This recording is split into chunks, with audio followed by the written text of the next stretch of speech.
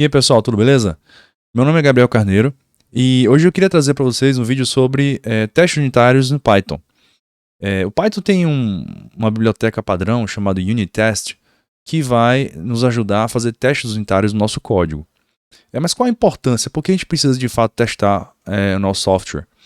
O teste ele é necessário para que a gente garanta que o software vai ter o mesmo comportamento ao longo do tempo, o comportamento esperado, né?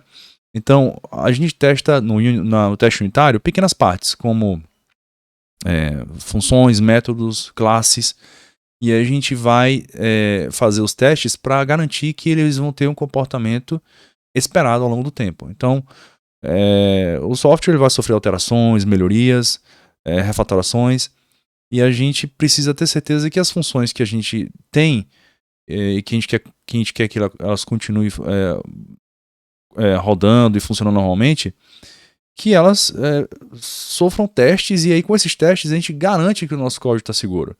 Então a gente faz alterações no código, roda os testes e vê se eles estão realmente retornando positivo. Se quebrar, é porque tem alguma modificação foi feita de forma indevida. Então por isso o teste é importante, para dar segurança em relação ao software ao longo do tempo, né? E aqui eu queria mostrar o arquivo que a gente vai fazer o teste. Na verdade, a gente vai fazer um teste aqui numa classe chamada Product. E nessa classe eu tenho um Data Class que ajuda a gente a fazer a rodar o construtor sem precisar usar o init, né? Então nós temos aqui 4 variáveis para o nosso construtor, que é o ID, que é o número inteiro, o name é o string, o preço é float e o stock é o número inteiro. E aqui nós temos 4 métodos. O increase stock ele vai aumentar a quantidade de itens no estoque do produto aqui na classe, e o decrease stock ele vai diminuir a quantidade de produtos no estoque, né? Check positive number vai nos ajudar a só fazer a verificação, a validação, né? E check negative stock é só fazer uma checagem, porque não é possível ter um estoque negativo, tá bom? Então vamos lá. Para a gente criar o nosso arquivo de teste, a gente pode usar qualquer nome para esse arquivo. Mas é interessante a gente usar o underscore test para a gente poder localizar facilmente esse arquivo na nossa base de código. E a primeira coisa que a gente tem que fazer é importar o UniTest, certo? Não precisa fazer instalação, é um pacote já padrão do Python. E aqui a gente vai criar uma classe em que a gente vai fazer... A gente vai chamar ela de test product, pode ser qualquer nome que você quiser colocar.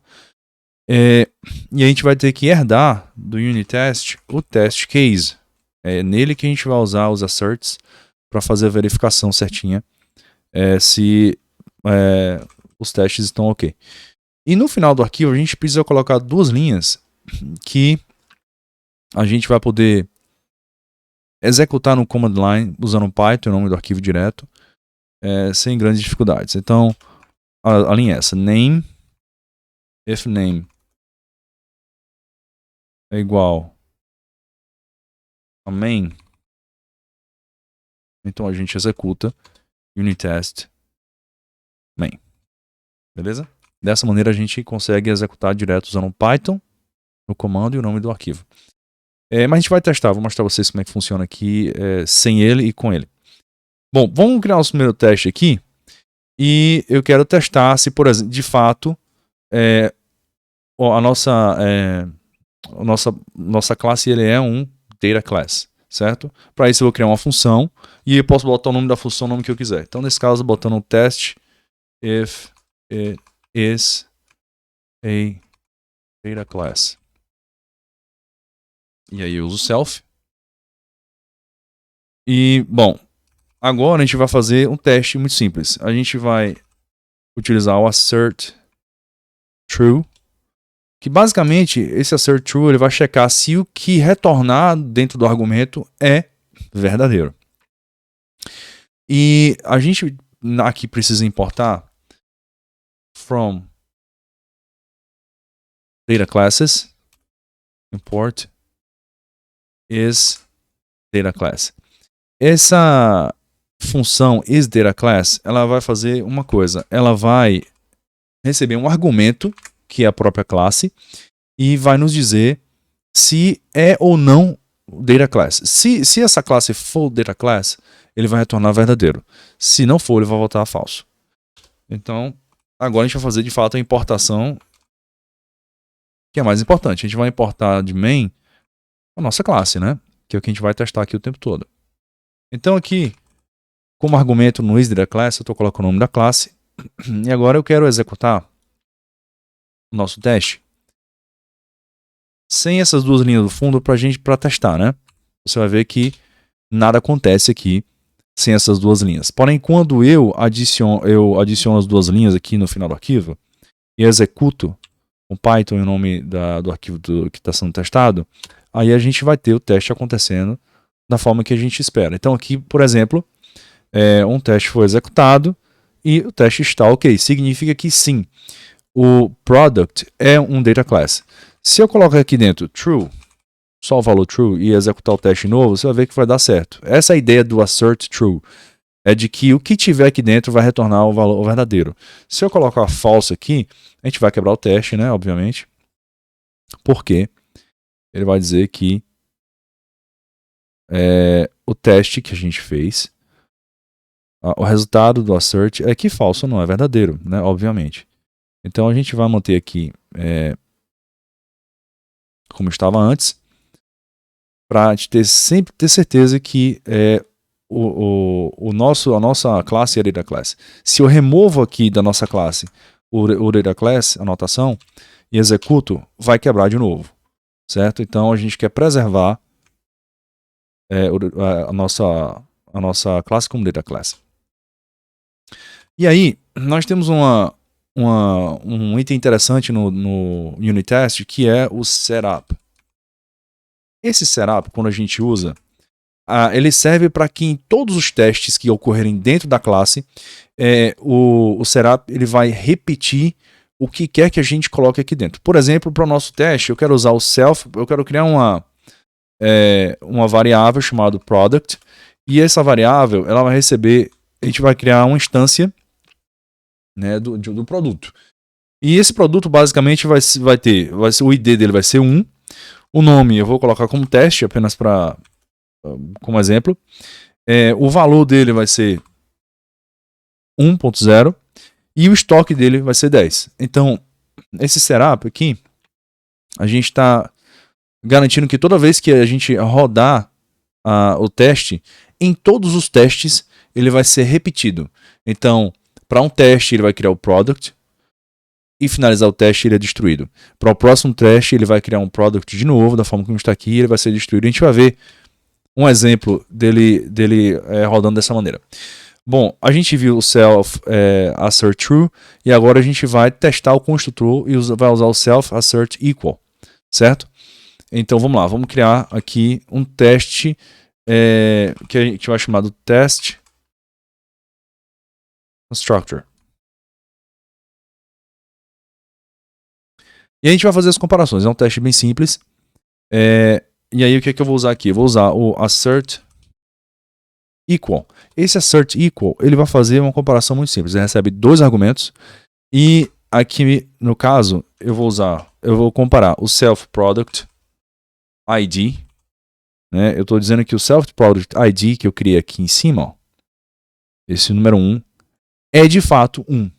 Então se eu executo aqui o nosso teste, ele vai dizer que os dois testes correram ok, né? Então eu estou dizendo que dessa maneira que o self-product ID que foi criado no setup, aqui em cima, ele é 1. É só isso que eu estou fazendo. Se eu digo que ele é 2 e executo, 2 não é igual a 1, certo, gente? Então, olha o erro aqui acontecendo. No test constructor, ele vai dizer que 1 é diferente de 2 e aí ele quebra o nosso teste, né? Então, vamos manter aqui o número 1. E aí a gente vai testar as outras partes, que são o nome, com o nome test. Vamos testar o price, que é 1.0. E vamos testar o estoque, que é 10, certo? Vamos executar de novo o nosso teste e passou. Tudo passou aqui certinho. E aí, poxa, não é tão elementar ficar fazendo um teste de construtor? É. Mas vamos lá, no futuro a gente está refatorando o código e de repente eu apaguei aqui, eu comentei, eu fiz o que for no price e eu tenho o teste unitário garantindo que o construtor vai ser, o teste do construtor foi feito, né? E aí eu executo o teste e quebra o teste, né? Porque ele diz que recebe 4 argumentos e 5 foram dados. Então, olha só, uma coisa tão simples, mas a gente garante que a classe vai ter as variáveis que a gente precisa do nosso construtor, né? E a gente vai seguindo aqui com os nossos testes. Agora a gente vai testar o increase stock. A gente vai testar aqui o nosso método increase stock, que ele só vai fazer uma coisa, ele vai aumentar o estoque da classe, certo? E aí eu vou usar de novo o self. Antes disso, eu preciso chamar self product increase stock e eu quero aumentar o estoque em 10 unidades, né? É basicamente isso que eu estou fazendo aqui. E agora sim eu vou fazer a comparação.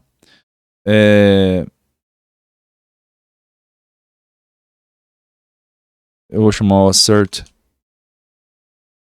equal e eu vou fazer o seguinte teste.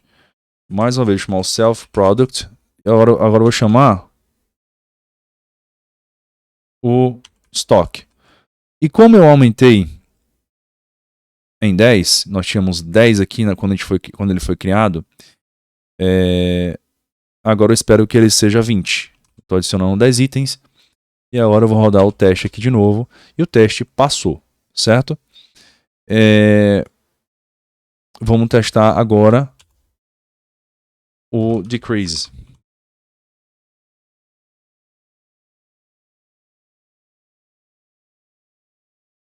Eu chamo self de novo. Eu vou fazer o self product decrease stock. E agora eu quero tirar 10 itens do estoque, né? E aqui que está a questão do setup que a gente estava falando antes. A gente não fez aqui, não usou o setup aqui em cima. Bom, depois que a gente fez o setup, a gente adicionou 10 itens, correto? Que se tornaram 20 depois.